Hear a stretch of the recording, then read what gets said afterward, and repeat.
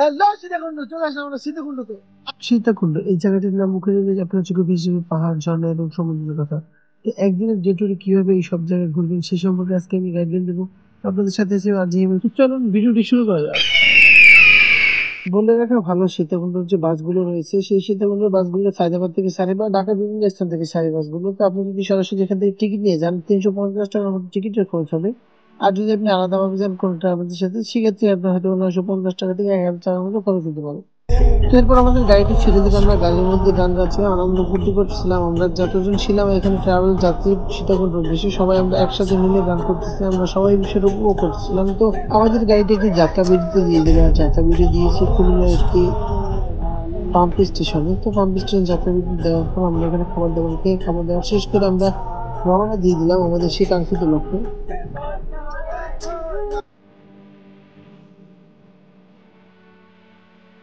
তো সকাল আনুমানিক 4টা বাজে, এখন আমরা চলে আসলাম সীতাকুণ্ডের একটু একটু দূরে আর কি একটা বাজারে। তো এখানে আসার পর আমাদের নাস্তা খাওয়ার জন্য ব্রেক দিল। তো একটা কথা বলে রাখি, আপনারা যদি এরকম কোনো বাজারে নাস্তা খাওয়ার জন্য আসেন, আপনারা যদি ট্রাভেলসের সাথে আসেন অবশ্যই আপনাদেরকে ওনার নির্ধারিত একটা বাজেটের মধ্যে খাবার দিবে। এছাড়া যদি আপনি ব্যক্তিগতভাবে আপনারা আসেন তো সেই ক্ষেত্রে বলে রাখা ভালো যে এখানে নাস্তার মানগুলো 30 টাকা থেকে শুরু করে 50 টাকা, 100 টাকা, 120 টাকা পর্যন্ত রয়েছে। এই নাস্তা করার পরে আমরা এখন রওনা দিব। তো মোটামুটি আমরা এই যে লেগুনা, আমাদের লেগুনা এসে চলে আসছে। আমরা এখন লেগুনা রওনা দেবো পাহাড়ের উদ্দেশ্যে। তো এখান থেকে আমরা লেগুনায় যাওয়ার পর ওইখান থেকে পাহাড় উঠবো। তো আমাদের যে গাইড করবে, আমাদের যে গাইড করবে উনি আসতেছে, আমার জন্য আমরা অপেক্ষা করতেছি।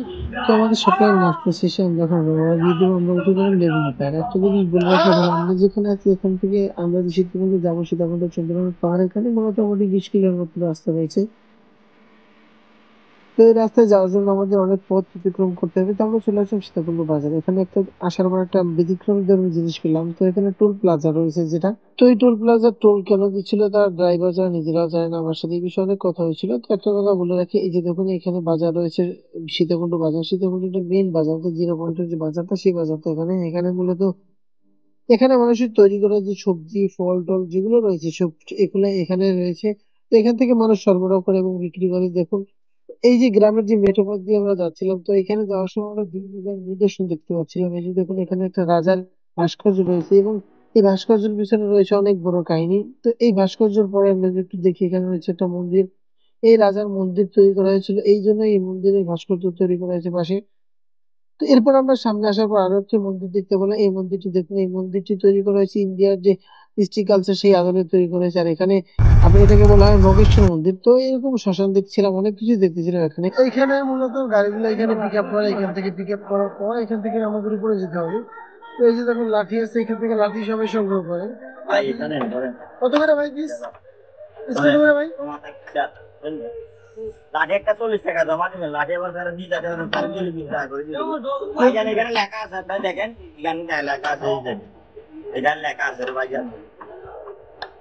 এ ভাইয়া, তো সবার উদ্দেশ্যে একটা কথা বলে রাখি, যারা পাহাড়ে উঠবেন এই লং পাহাড় ওঠার জন্য আপনাদের অবশ্যই সেফটি ইকুইপমেন্ট দরকার আছে। আর সেই জন্য 40 টাকা বা 20 টাকা দিয়ে লাঠি নিয়ে গেবেন, লাঠি ফেরত দেওয়ার পর আপনি যে টাকা কিনেছিলেন তার অর্ধেক টাকা ফেরত পাবেন। তো আমরা লাঠি নেওয়ার পরে এখন রওনা দিয়ে দিলাম। আমাদের মধ্যে অনেক এখানে পর্যটক আছে যে অনেক পর্যটকই যাচ্ছে।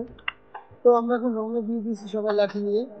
এখানে আপনার পুরো ম্যাপটা এখানে স্টেশন থেকে শুরু করে আপনি সীতাকুণ্ড ঘোরার মতো যে জায়গাগুলো আছে সকল জায়গায় ম্যাপ দেওয়া আছে। তো এখানে মোটামুটি ছোট স্পট আছে। তো আমরা দেখি ভিতরে যাই, আরো অনেক জায়গা আছে। তবে এই জায়গাগুলো মূলত আর কি একটু দর্শক প্রিয় আর কি। তো আমরা এখন মেন গেটের কাছে চলে এসেছি, যে গেট থেকে আর কি প্রবেশ করে।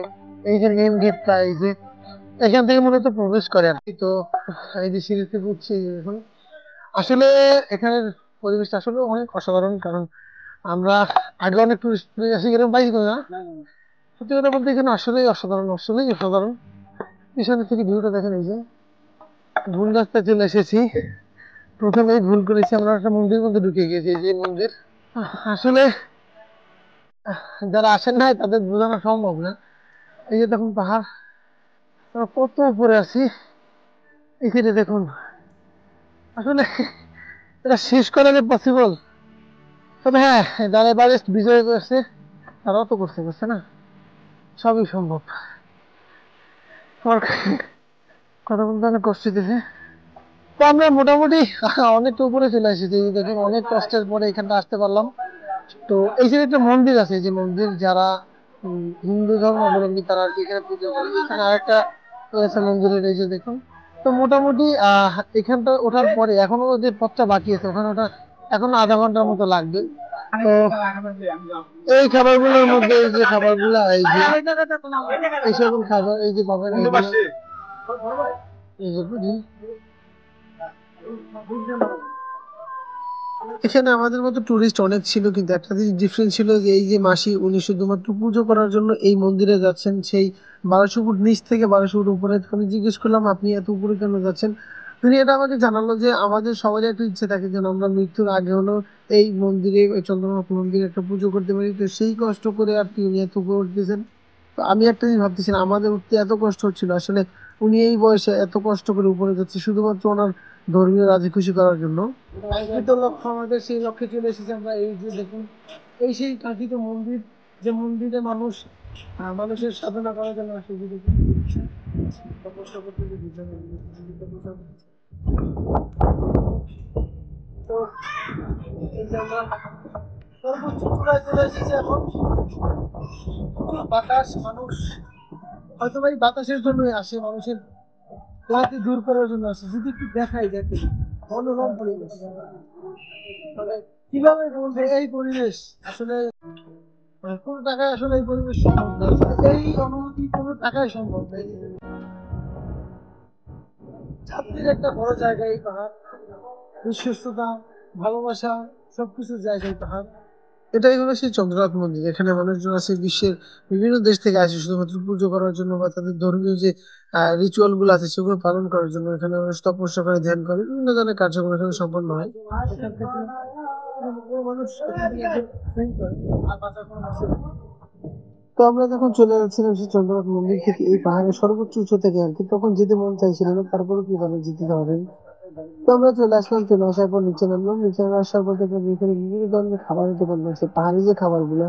তো সেই মধ্যে আনারস ছিল, তারপর কলা ছিল, বিভিন্ন ধরনের খাবার ছিল এখানে। তো সেরকম আমরা খাবার খেয়ে নিলাম আমাদের পছন্দ মতো। তো এখান থেকে একটা জিনিস বলে রাখি, আমাদের টিম মেম্বার যারা ছিল সবাই তার আগে চলে এসেছিল, আমি একটু, বা আমাদের যে একটু গ্রুপটা ছিল ওরা একটু পরে এসেছিলাম। তো আসার পর দেখলাম ওরা খাবার খাচ্ছি, তো আমরাও খাবার খেয়ে নিলাম। তো একটা কথা বলে রাখি, এখানে যারা খাবার খাবেন আগে অবশ্যই দামটা জিজ্ঞেস করে নেবেন, কারণ পর্যটক কেন্দ্রে খাবারগুলোর দাম একটু বেশি থাকে, আর বেশি থাকার কারণে যারা এইগুলো সম্পর্কে অবগত না তাদের একটু হ্যাসেলের মধ্যে পড়তে হয়। যারা, তো এখানে লেবুর শরবত বিক্রি করে, আমরা লেবুর শরবত খাবো আর কি।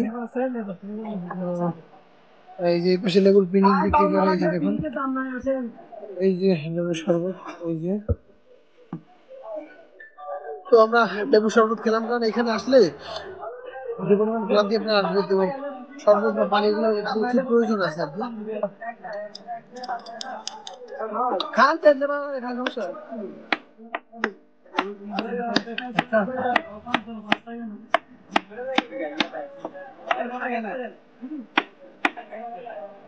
এদিকে এদিকে এদিকে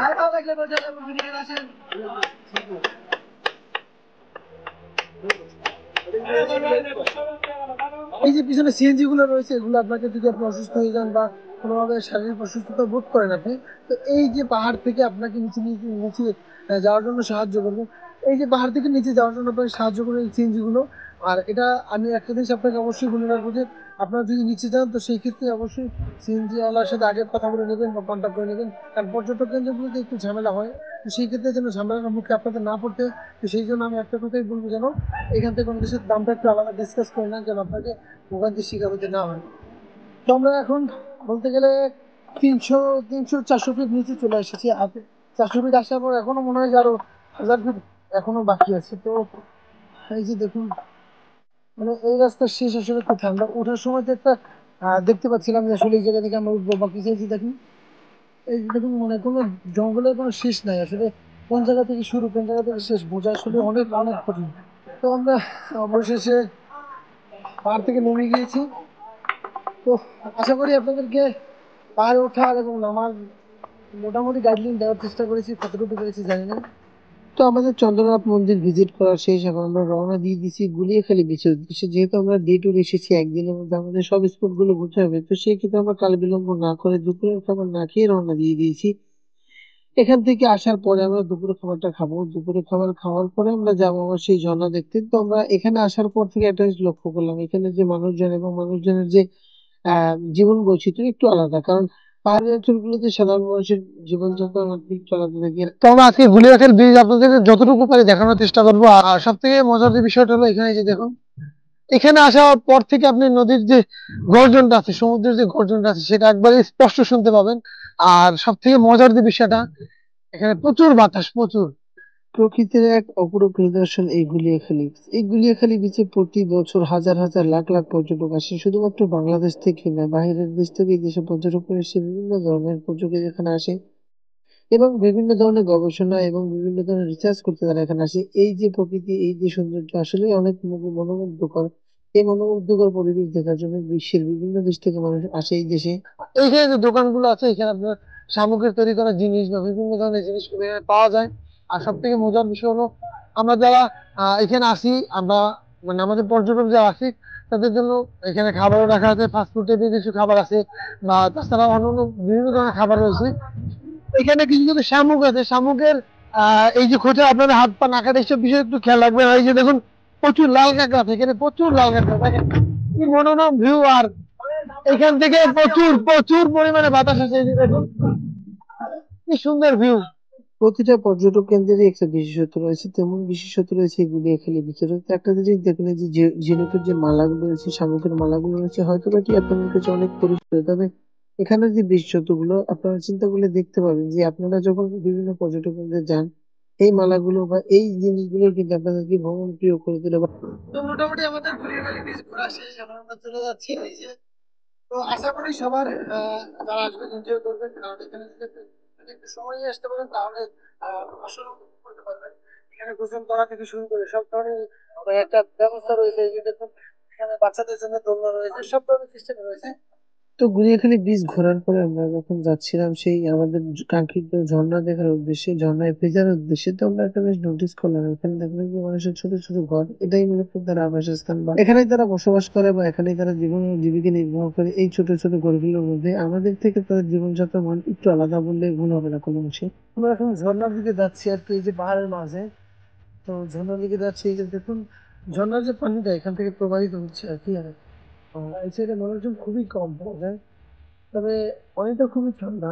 যে পানিটা আমরা উপর থেকে, তবে একটু বৃষ্টি পড়ার কারণে রাস্তাটা খুবই পিচ্ছিল। তো আমরা অবশেষে চলে আসলাম সে আমাদের কাঙ্ক্ষিত ঝর্ণা। তো এখানে মানুষ একটু কম ছিল, যেহেতু আমাদের আস্তে আস্তে সন্ধ্যা হয়ে গিয়েছিল, তো মানুষ অলরেডি চলে গিয়েছিল। তো দেখুন, এই যে ঝর্ণার যে মনোরম পরিবেশ, এই সৌন্দর্য, এই সৌন্দর্যের মাঝে আমরা বিলীন হয়ে যেতে চাই। আমাদের প্রকৃতি আমাদের ডাকে, এই পাহাড় আমাদের ডাকে। তো আমরা এই পাহাড়ের কোলে বারবার ফিরে আসতে চাই, এই ঝর্ণার বুকে বারবার ফিরে আসতে চাই। তো আপনাদেরকে সবাইকে আমন্ত্রণ রইল এই সীতাকুণ্ডে আসার জন্য, কারণ এই সীতাকুণ্ডে না আসলে আপনি বুঝতে পারবেন না প্রকৃতি আসলে কত সুন্দর, প্রকৃতি আসলে কি কি লুকিয়ে রয়েছে। তো সবাইকে আমন্ত্রণ রইল সীতাকুণ্ডে আসার জন্য। সবাই ভালো থাকবেন, সুস্থ থাকবেন, দেখা হবে আর নতুন একটা ভিডিওতে। সে পর্যন্ত সবাই ভালো থাকুন, সুস্থ থাকুন। আল্লাহ হাফিজ, আসসালামু আলাইকুম।